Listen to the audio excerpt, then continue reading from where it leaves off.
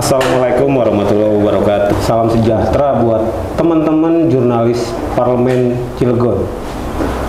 Bersama saya saat ini Ronald Siagian dalam program podcast jurnalis Parlemen Cilegon. Teman-teman, baru-baru ini kita tahu bahwa Kementerian Hukum dan HAM meluncurkan aplikasi pembuatan paspor yang dinamakan M-Passport. Belakangan juga kita dari teman-teman jurnalis di Kota Cilegon diberikan kesempatan untuk meliput M-Passport kala Kementerian Hukum dan HAM Banten sosialisasikannya kepada jajaran kantor imigrasi Kota Cilegon. Nah, ternyata setelah pemberitaan kita terpublikasikan, banyak respon yang cukup beragam. Banyak masyarakat yang sudah paham dan banyak masyarakat juga banyak yang tidak paham. Bahkan di antara mereka cukup kebingungan dan kesulitan untuk mengajukan paspor lewat aplikasi M-Passport. Nah, malam ini untuk membahasnya lebih dalam tentang M-Passport, hadir bersama-sama kami Bapak Ruhiyat M. Tholib, Bapak Kepala Kantor Imigrasi Kota Cilegon. Selamat malam, Pak. Malam, Bang Ronald. Kayaknya sehat nih, Pak. Hah? Ya sehat-sehat lah, walaupun agak sedikit nggak fit ya. Nggak fit ya.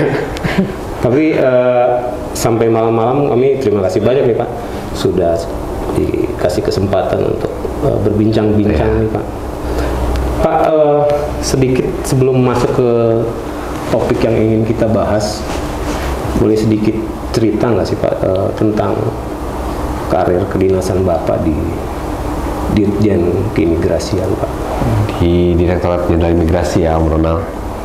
Jadi saya ini di Cilegon tugas sejak Februari 2021. Jadi sekitar 21, ya? Setahun Februari, Maret, setahun 4 bulan, 5 bulan lah ya. Cukup lama, Pak, ya? Ya, setahun 4 bulan ya? Cukup lama lah. Pada waktu itu kan masih kondisi pandemi. Ya. Artinya pelayanan pun nggak begitu banyak lah, ya kan, akhir-akhir ini aja. Nah, sebelumnya saya menjabat itu di Depok, kepala kantor juga, itu 2020 bulan Januari. Nah, jadi sekitar 1 tahun lah di sana. 1 tahun, Pak, ya, Ya. di Depok ya? Depok. Terus sebelumnya saya kasih kepala seksi Intel Dakim, Intelijen dan Penindakan di Jakarta Pusat. Itu aja sih. Mau ngurut nih sampai? Nggak usah terlalu panjang. Tapi kalau bicara tentang Depok dan Cilegon, Pak, kita tahu Depok punya karakteristik dan dengan Kota Cilegon yang berbeda. Berbeda, ya. Ada kesan nggak yang pertama Bapak rasakan ketika menginjak Kota Cilegon? Karena Kota Cilegon ini heterogen ini. Kota industri. Kita ngeliatnya kota industri. Memang karakternya berbeda sih, berbeda. Tapi hanya dari segi, kalau di Depok itu lebih banyak katakanlah mahasiswa orang asing ya kan.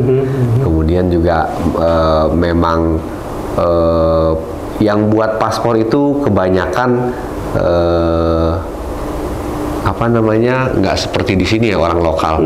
Kalau di sana memang karena lingkupnya Jabodetabek ya kan. Jadi tidak semuanya orang Depok gitu. Tidak semuanya orang Depok, orang Jakarta, kadang orang Bogor, orang Bekasi itu juga. Dan kalau di sini rata-rata karakteristiknya memang kawasan industri, ya kan, kawasan industri gitu, kawasan dagang itu, kawasan industri dan kawasan dagang. Terus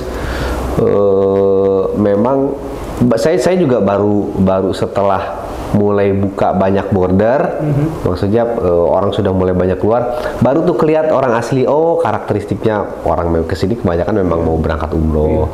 Beda sama di sana kebanyakan. Cuman kalau dari segi keimigrasian yang paling berbeda cuman pelabuhan laut aja. Depok nggak punya perbedaannya yang dimiliki Kota Cilegon ya. Jadi kalaupun kita ngebahas mengenai imigrasi di Cilegon itu lebih banyak, lebih luas lagi, ya. Tapi ya sekarang kita ngobrolnya M-Paspor aja dulu. Iya. Ya. Tapi kalau ngelihat pola pelayanannya cukup lebih luas begitu Pak ya. Karena kita tahu ya pelayanan di keimigrasian itu ada paspor, ada pelaporan orang asing, ada pembuatan visa, kemudian izin tinggal. Kalau visa di direktorat. Dan ini cukup berbeda Bapak melihat dengan kota sebelum Bapak tempat bekerja begitu ya. Beda-beda. Kalau di sana mayoritas itu mahasiswa. Mayoritas saya bisa bilang lebih dari 70%, lebih dari 50% itu mahasiswa asing. Sama penyatuan keluarga lah. Gitu. Kalau berbisnis jarang di sana. Cuman kalau di sini jumlah orang asing yang pemegang izin tinggal terbatas itu sekitar 500 lebih. Semuanya itu di sektor bisnis. Di sektor tenaga ahli, betul. Oke. Gitu. Jadi banyak di sana justru di sektor bisnis ya Pak? Betul, di sini. Oh, di sini ya Pak ya? Di sini ya berarti ya. Banyak. Kalau di sana ya mahasiswa, terus pengajar-pengajar asing, karena memang banyak sekolah kan ya di Depok ya, karena dekat dengan di UI juga banyak tuh. Universitas Indonesia ya. Terus Gunadarma ya. Kalau di sini kan memang kawasan industri ya banyak tenaga ahli aja. Cukup pelik Pak. Maksudnya menguras tenaga Bapak untuk memadukan semua pelayanan itu. Kalau di cukup tinggi, apalagi kemarin-kemarin kita tahu bahwa sempat ya saya bertemu Pak Tolib ya. Pak Tolib itu kemarin tuh soal travel ban-nya untuk orang asing ya, pembatasan tentang orang asing masuk ya. Kalau itu pembatasan dari India kalau tidak salah. Saya pernah konfirmasi Bapak. Waktu COVID gelombang kedua tuh ya kan. Betul, iya. Itu tahun 2021. Memang karena ini bagian dari pintu masuk Cilegon juga ya kan, artinya pintu masuknya itu hanya sebatas kapal, tapi bukan kapal penumpang. Kapal memang kapal alat angkut yang bentuknya kargo atau barang-barang lain lah ya kan gitu.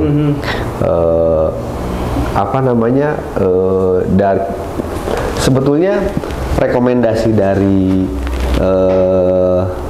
kesehatan pelabuhan yang sekarang jadi leading sektor waktu COVID, memang tidak melarang, cuman lebih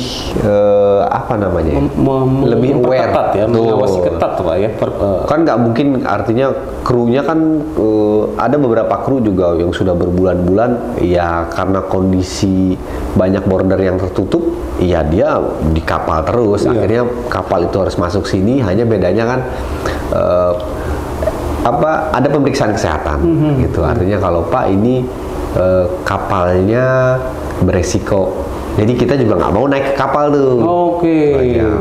Pembatasannya sebatas itu aja sih kalau untuk di Cilegon. Tapi kalau secara keimigrasian pintu masuk secara keseluruhan baik yang di bandara, memang ada pembatasan. Orang-orang yang masuk kan tidak lagi mereka yang punya hak untuk negara-negara yang dulu diberikan bebas visa ya sekarang dibatasi.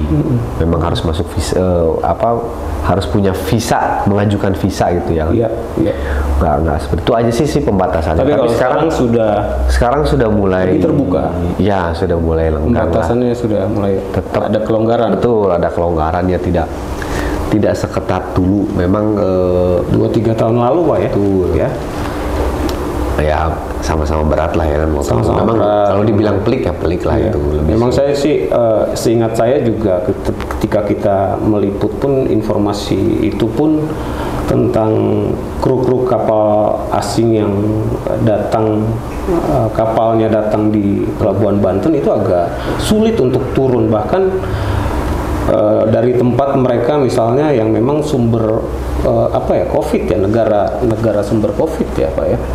Mereka itu dari India, betul, itu emang waktu itu banyak ya Pak ya. Banyak lah ya, setahun 2021 itu kapal yang keluar masuk, artinya kapal yang di clearance ya, orang yang berbendera asing itu ada sekitar 5.000-an, krunya aja ada 23.000 lebih, artinya kan banyak.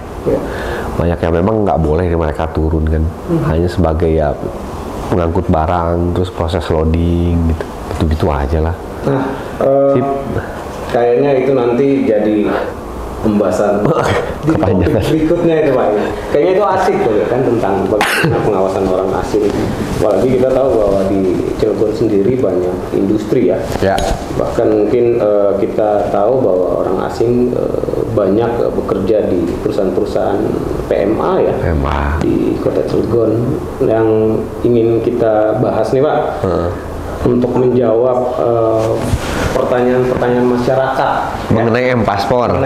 Boleh sedikit Pak minta penjelasan dari Pak Kakak. M-Paspor itu launching pada saat ulang tahun imigrasi.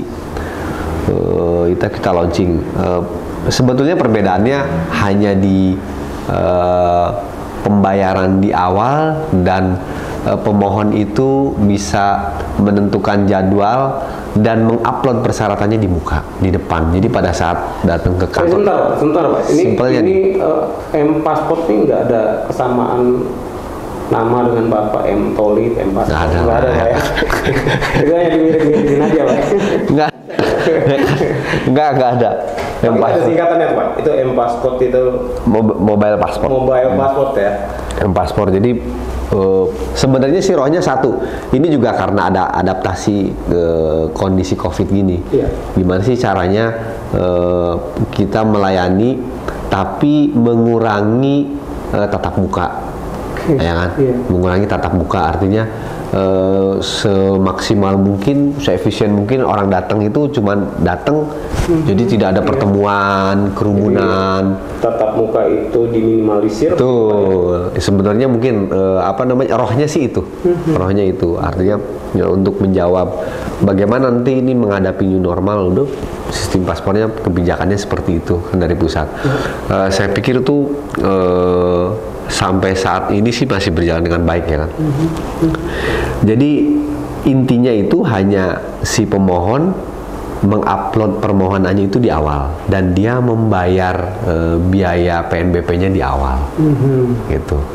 Kemudian dan dia juga bisa mengatur jadwal, schedule jadwal. Kalau dulu kan di Apapo datang jam segitu ya harus jam segitu. Kalau boleh tahu Pak, perbedaan M-Paspor dan Apapo itu sendiri. Apapo itu kan kita tahu bahwa sistem itu sebelumnya ya Pak ya. Sebelumnya. Dan ini bagian dari transformasi sistem. Betul. Apa bedanya? Kalau Apapo dia hanya mengatur antrian sih. Jadi memberikan kepastian kalau si masyarakat itu, gue mau buat paspor nih hari ini, jam segini di kantor ini, gitu ya kan. Jadi dia datang langsung dilayani karena memang sudah terjadwal.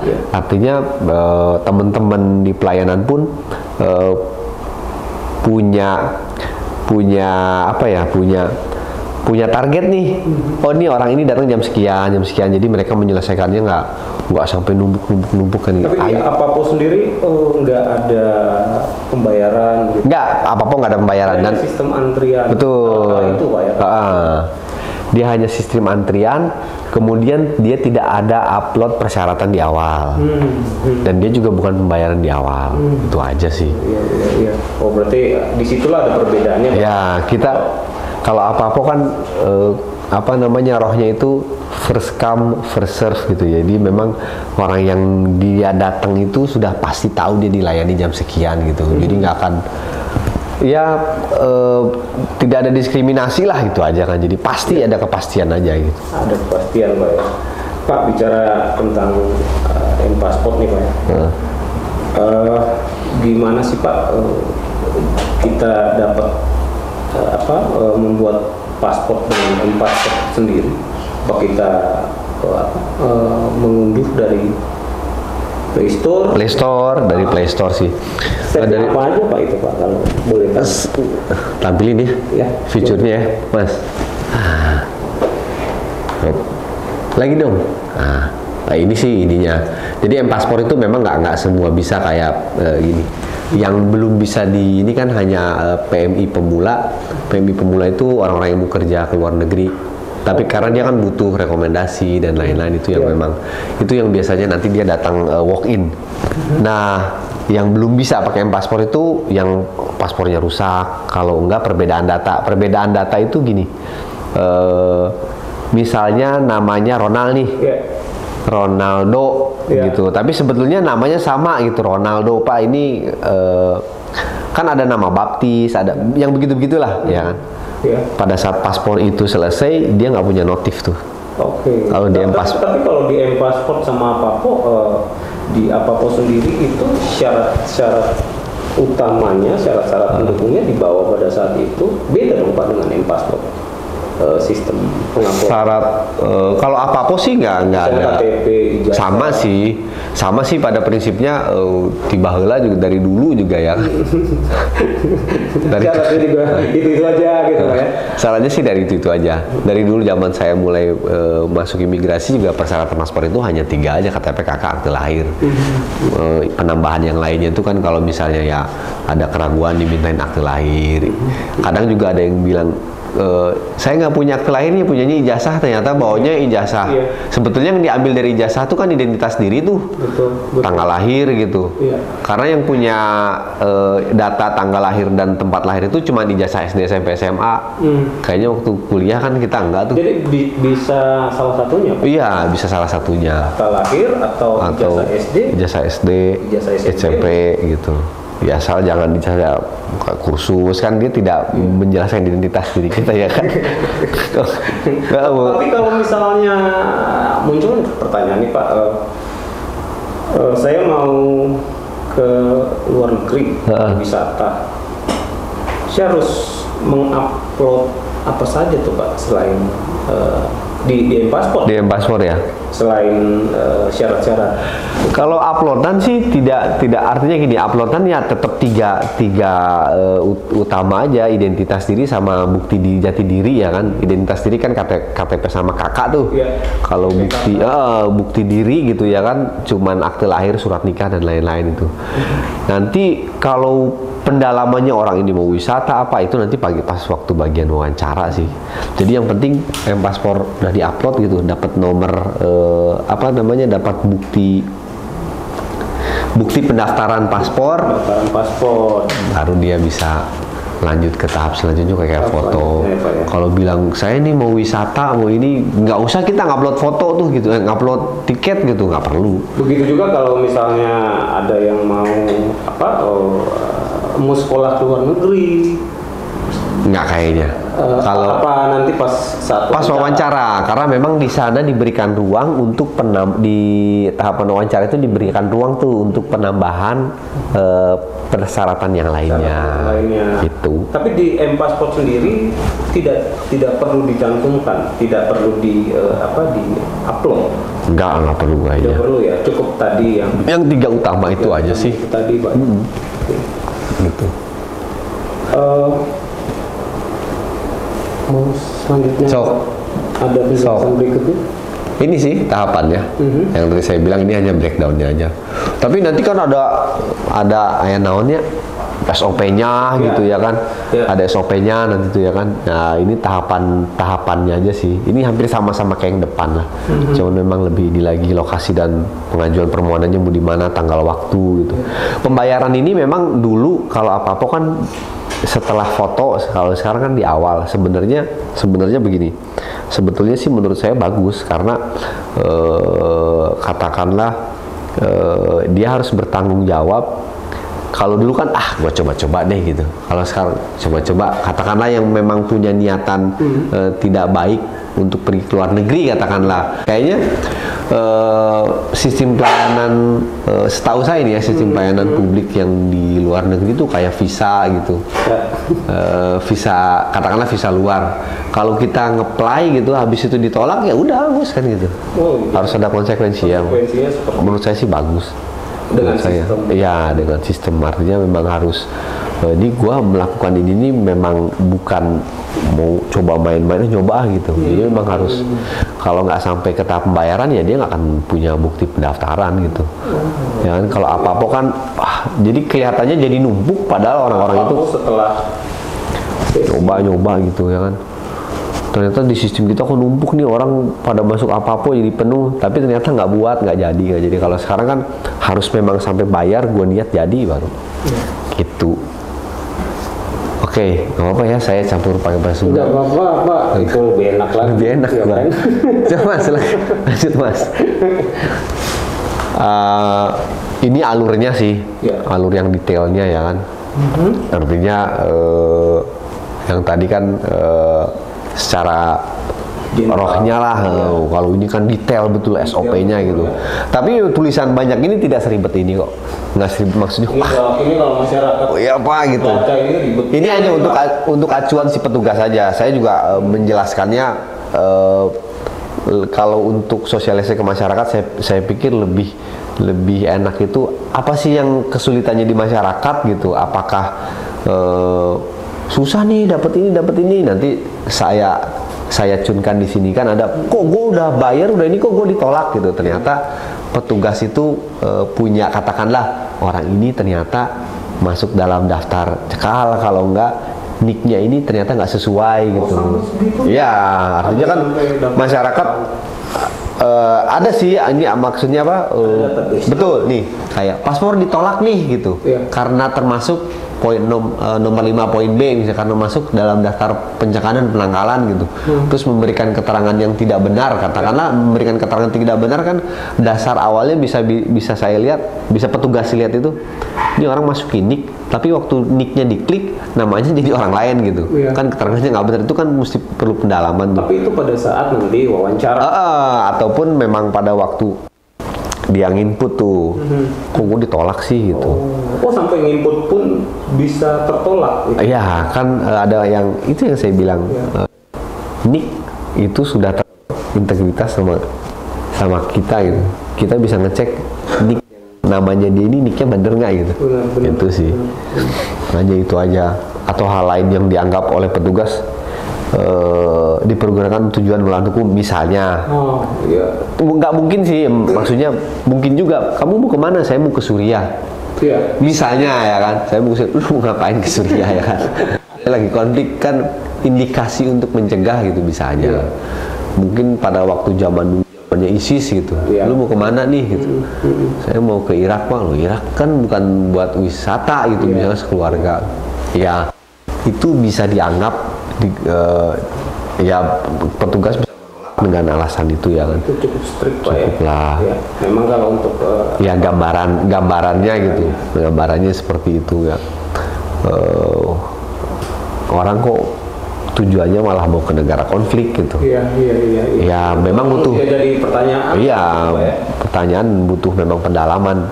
Daripada dia digantungkan, mendingan ditolak dulu. Habis itu diwawancara ya kan, gitu aja sih. Itu aja.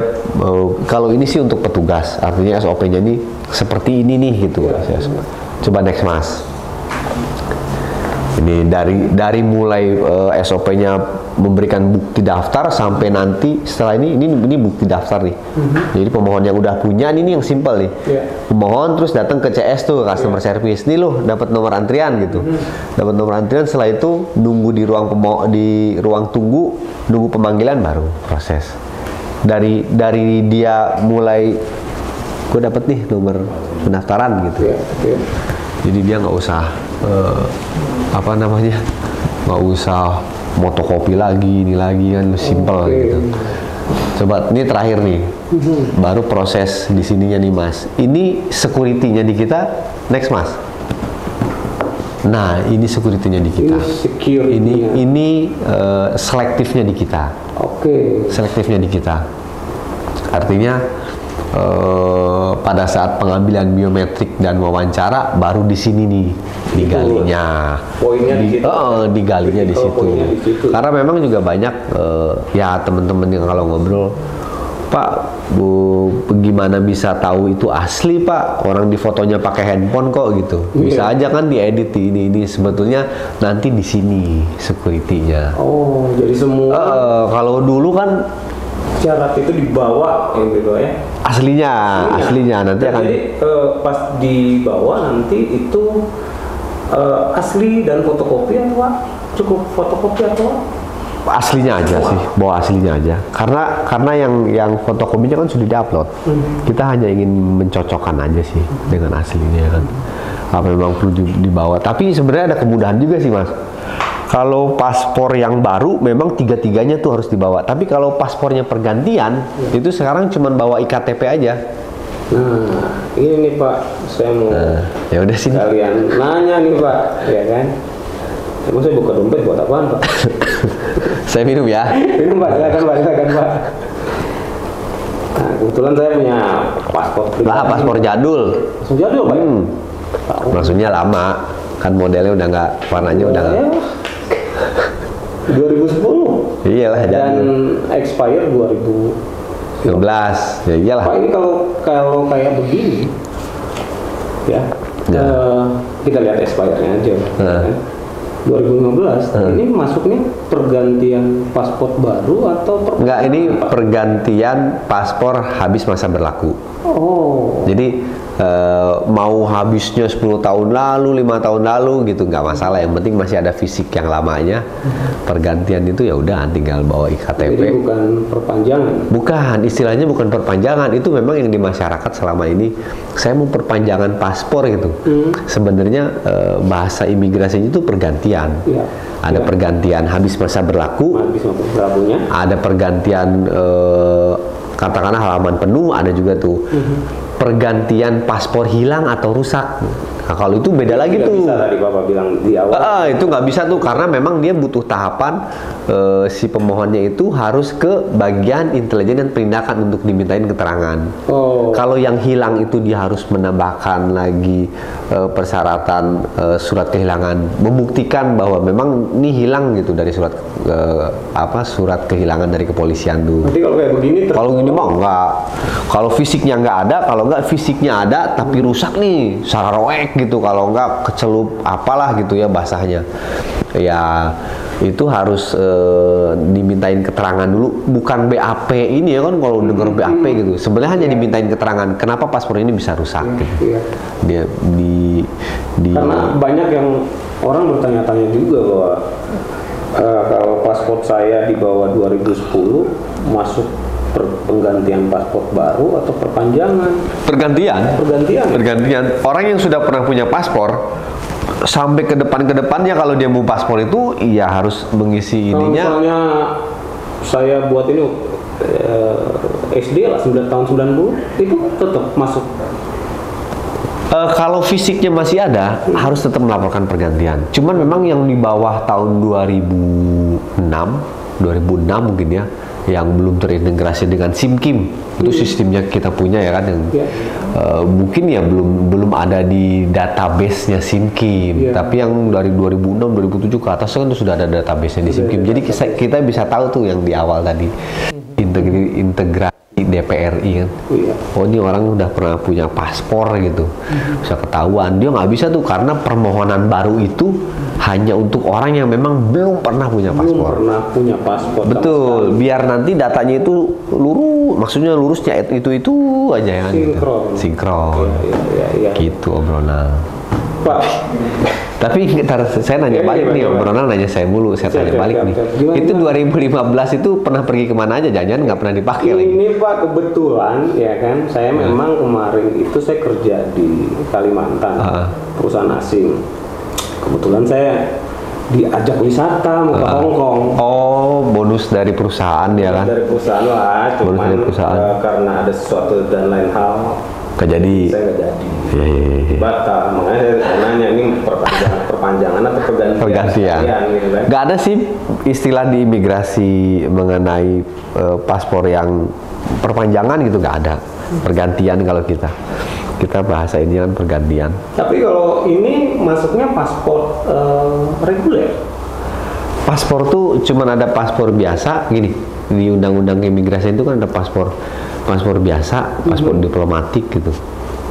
Ini paspor biasa. Apa bedanya Pak? Paspor biasa. Kalau diplomatik sama dinas kan yang ngeluarin Kemlu. Kalau yang kita tahunya sih paspor reguler sama e-paspor. Oh enggak. Oh itu. Kalau itu ini bos. Bos lagi ya. Apa lah ya. Kalau gini Om Ronald. Memang jenis paspor banyak nih. Maksudnya bukan jenis. Kalau itu kan kita nih punya paspor 48, punya paspor 24. Punya e-paspor itu ya memang di security-nya dari keamanannya itu dia punya chip, data kita itu ada di chip di dalam situlah, ada di sini. Beda. Dia dengan paspor biasa. Betul, harganya juga beda. Harga bayarnya maksudnya? Maksudnya harga PNBP-nya beda. PNBP-nya. Oh itu ada perbedaannya. Beda dia. Karena memang ya teknologi itu kan hal lah yang malah sekarang kan sedang uji coba beberapa kantor itu polikarbonat, jadi yang tebal tuh. Polikarbonat tuh kandel lah juga, kayak inilah. Pokoknya halaman itunya tuh tebal gitu. Tapi lebih. Apa ini Pak? Sekalian nanya nih Pak. Kemarin saya coba apply di M-Pasport, ya. Nah, iseng-iseng memperpanjang paspor nih. Susah. Iya kan?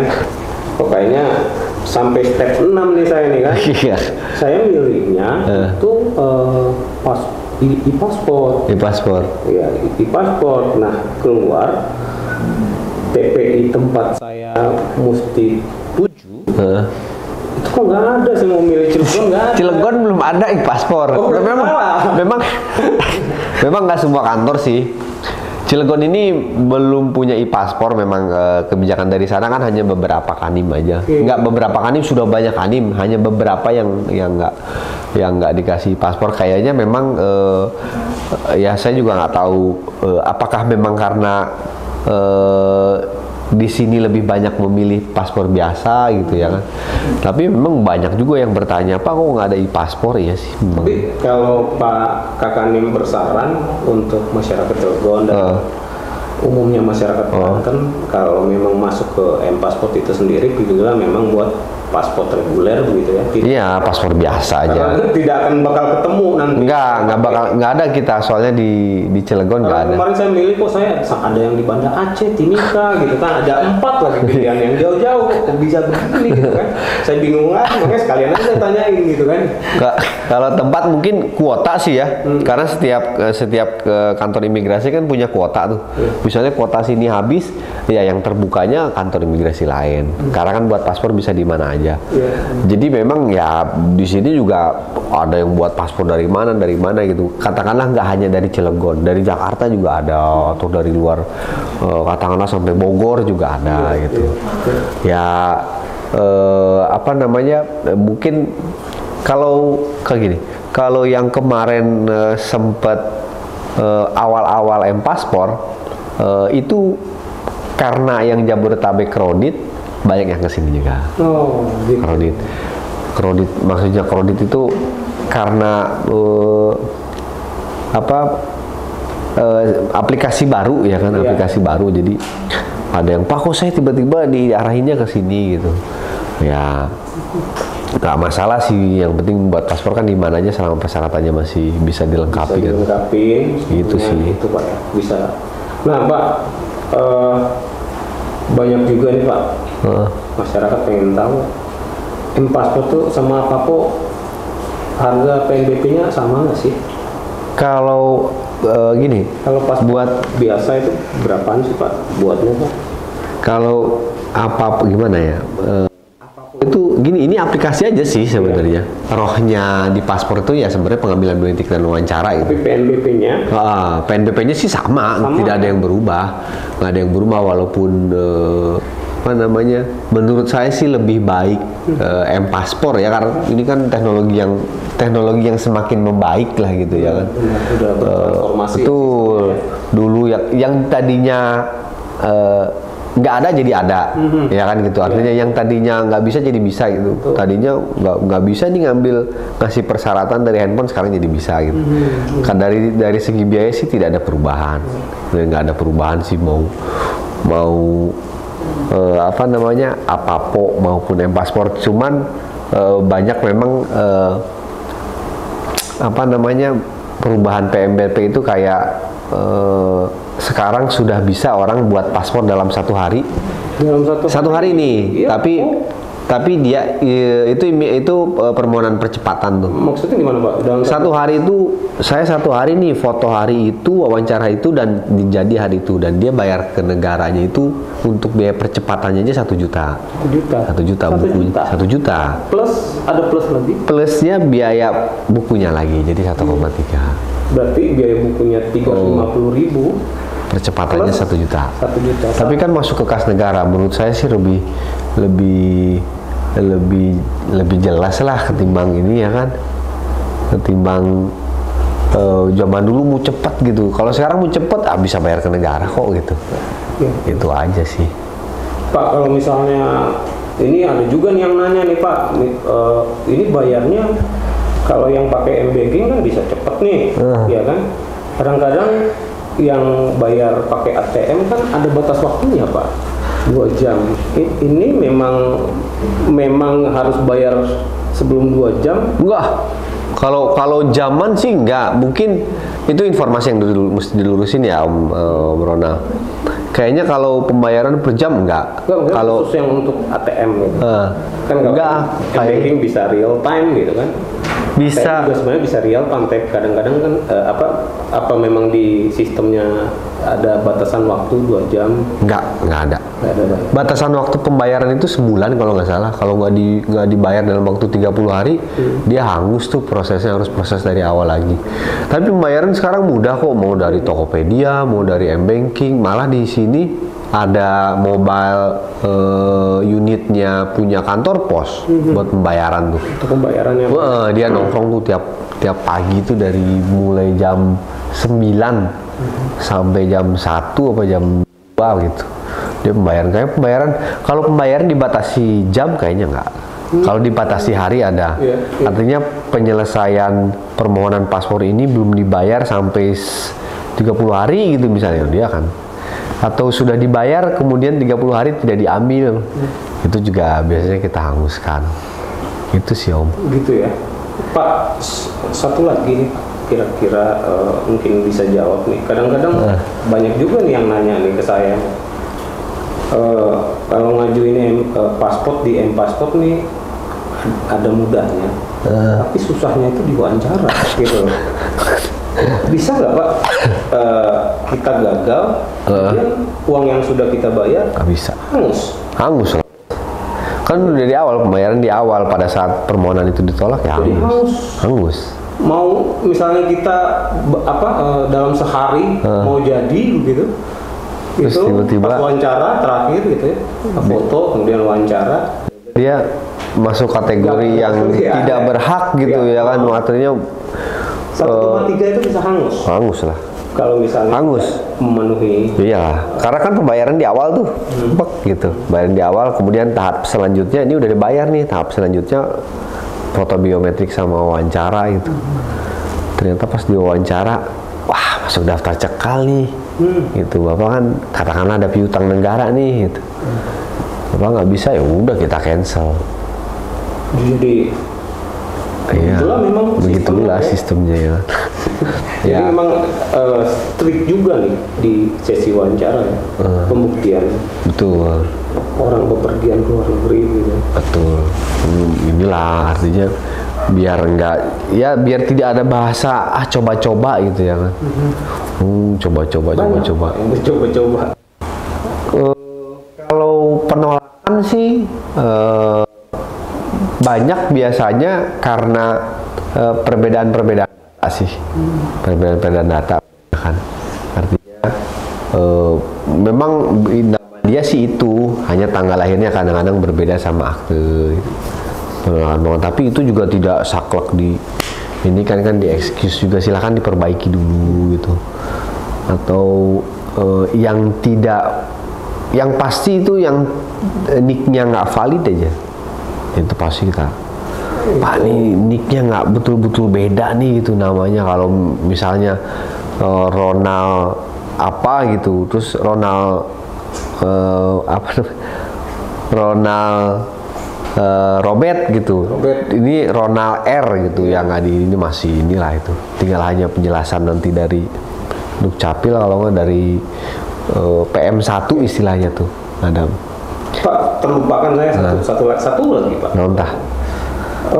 Kalau kita nge-apply dengan apapun masih berlaku Pak? Sekarang masih gini Mas, ini evaluasi ya. Jadi sebelumnya memang kita murni pakai M-Paspor gitu, tapi ternyata kan sistemnya udah di take down. Belum kayaknya M-Paspor masih ada sebagian, masih Apapo itu masih ada yang pakai karena memang gini kan.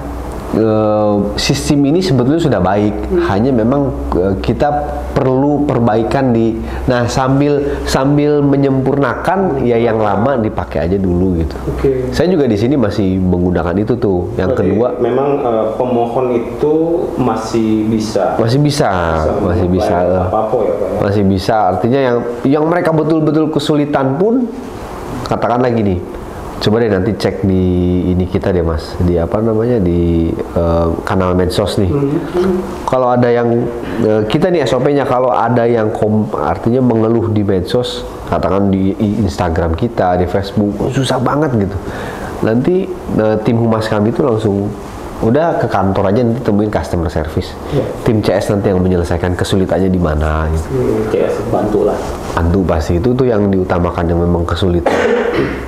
Tapi sampai saat ini sih saya ngelihat keluhan di medsos masih minim lah. Untuk Cilegon ya masih minim lah gitu, masih belum kredit gitu. Ya mudah-mudahan ya sampai ini berjalan terus semakin sempurna lah kan.